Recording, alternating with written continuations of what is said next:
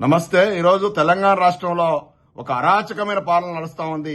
సుమారు 14 సంవత్సరాల పాటు చావు నోట్లో తలబెట్టి విరోచిత పోరాటం చేసి సకల జనులు ఏకం చేసి తెలంగాణను తీసుకొచ్చేసి తన యొక్క 9 ఏళ్ల పాలనలో తెలంగాణను దేశంలో అగ్రశ్రేణి రాష్ట్రంగా తీర్చిదిద్ది ఇటు అభివృద్ధిలో ఇటు సంక్షేమంలో తెలంగాణకే ఒక దిక్సూచిగా మార్చినటువంటి మన మాజీ ముఖ్యమంత్రి వర్యులు కేసీఆర్ గారి యొక్క ఆఫీసు ఏదైతే క్యాంప్ ఆఫీస్ ఉందో గజ్వేల్లో, ఆ ఆఫీసు లోపల మా నాయకుడు రేవంత్ రెడ్డి ఫోటో ఉండాలి అని చెప్పేసి కొంతమంది రౌడీ మూకలు, కాంగ్రెస్ పార్టీ రౌడీ మూకలు ఆ యొక్క ఆఫీసును దౌర్జన్యం చేసి కేసీఆర్ గారి ఫోటోను తొలగించి రేవంత్ రెడ్డి గారి ఫోటో ఏదైతే పెట్టడం ఉందో దీన్ని సభ్య సమాజం అంతర్జాతీయంగా కూడా ఖండిస్తా ఉన్నారు.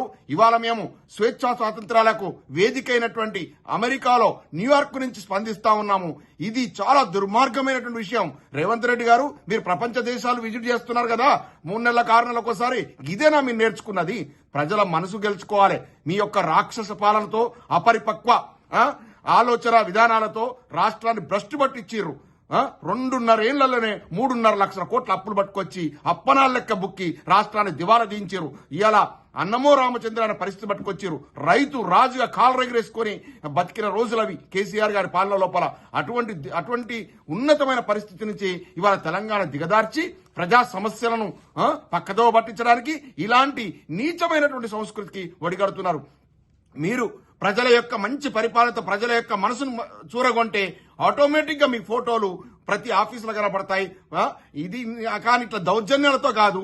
అదేదో సినిమాలో బాహుబలి సినిమాలో వాడు విలన్ ఉంటాడు కదా, 1000 అడుగుల విగ్రహం పెట్టుకుంటాడు, బంగారు విగ్రహం పెట్టుకుంటే ప్రజల యొక్క హృదయాల నుంచి బాహుబలి వచ్చినట్టు ఇవాళ తెలంగాణ లోపల మీ యొక్క నీచమైనటువంటి అప్రజాస్వామికమైనటువంటి పరిపాలన చూసి ప్రజలు రగిలిపోతున్నారు. ప్రజల గుండెల నుంచి కేసీఆర్ అనేటువంటి ఒక నినాదం ప్రతిధ్వనిస్తా ఉంది.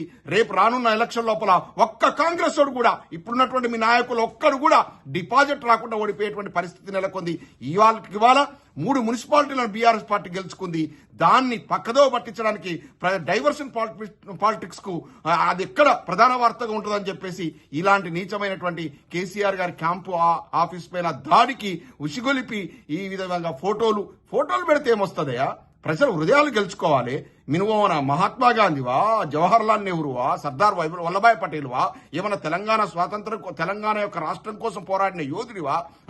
ఎందుకు పెట్టుకుంటారు? ఎవరిష్టం వాళ్ళు. ఇప్పటికి కూడా పటాన్చెరు ఎమ్మెల్యే మొన్న ఈ మధ్య మీరు ఎన్ని రకాల ఒత్తిడి తీసుకొచ్చి ఎంత ఇది చేసినా కూడా ఆయన ఏమైనా అభివృద్ధి కోసం అని మీ యొక్క గడప దొక్కినా కూడా కేసీఆర్ గారు మహనీయుడు, ఆయన ఫోటో నేను నా ఆఫీసులో ఉంచుకున్నటువంటి అది ప్రజల మనసు కలుసుకోవాలి. కొందరు చూడగానే మనం ఆటోమేటిక్ గా గౌరవంగా సరెండర్ అయిపోతాం. అది పరిస్థితి. బెదిరించి కాదు, బెదిరిస్తే ఎవరు కూడా ఇది చేయరు. ఇవాళ నీ ప్రభుత్వం ఉండొచ్చు, రేపు ఉండదు. ఎవరు శాశ్వతం కాదు. ఆనాడు మీ పరిస్థితి ఏందో ఊహించుకోవాలి. ఇలాంటి దుర్మార్గమైన అమానుషమైనటువంటి ఘటనను ప్రజాస్వామ్యవాదులంతా కూడా ఖండించాలి.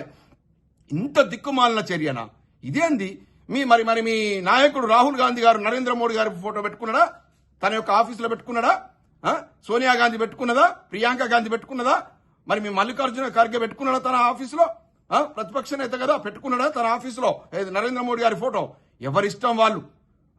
ఏమన్నా రాజ్యాంగంలో రాసి ఉందా ముఖ్యమంత్రి గారి ఫోటో పెట్టుకోవాలి కంపల్సరీ క్యాంప్ ఆఫీసర్ అని? ఎవరిష్టం వాళ్ళు. మీరు పెట్టుకోండి. మీరు గాంధీ భవన్లో నిలువెత్తు విగ్రహాలు పెట్టుకోండి. ఏ నాయకులు కావాలంటే మీ గాంధీ భవన్లో పెడతారు కదా, అది దాదాపు 20-30 పిసిసి అధ్యక్షుల ఫోటో లైన్ గా గోడలకు ఎలాడిస్తారు కదా, ఆడ పెట్టుకోండి. పెద్ద ఫోటోలు పెట్టుకోండి. ఇట్లా అంత గొప్ప నాయకుడు కేసీఆర్ గారిని ఈ విధంగా అవమానించాలనేటువంటి రౌడీ మూకలను పంపి చేయడం అనేది చాలా దుర్మార్గమైన విషయం. దీన్ని తీవ్రంగా ఖండిస్తున్నాం. ప్రజల యొక్క శ్రేయస్సు కోసం సంక్షేమ పథకాల మీద మీరు ఇచ్చిన 6 గ్యారెంటీల మీద ఫోకస్ పెట్టండి. ప్రజాపాలన చేయండి. కానీ పాప పాలన చేస్తున్నారు. నీ యొక్క ప్రజల యొక్క ఆగ్రహాన్ని గాలి కొట్టుకుపోతారు. ఇది చెప్తున్నా. ఇవాళ ప్రజలు మొత్తం కూడా ఆక్రోశిస్తున్నారు. ఎక్కడ దిక్కుమాల పరిపాలన అయితని. ఈ ఫోటోల పంచాయతీ దిక్కుల లేవంగా చూడగానే ఈ గజ్వేల్ సంఘటన చూసి స్పందిస్తున్నాం. ఇలాంటి వాటినంటే కూడా ప్రజాస్వామ్యవాదులంతా ఖండించాలి. జై తెలంగాణ.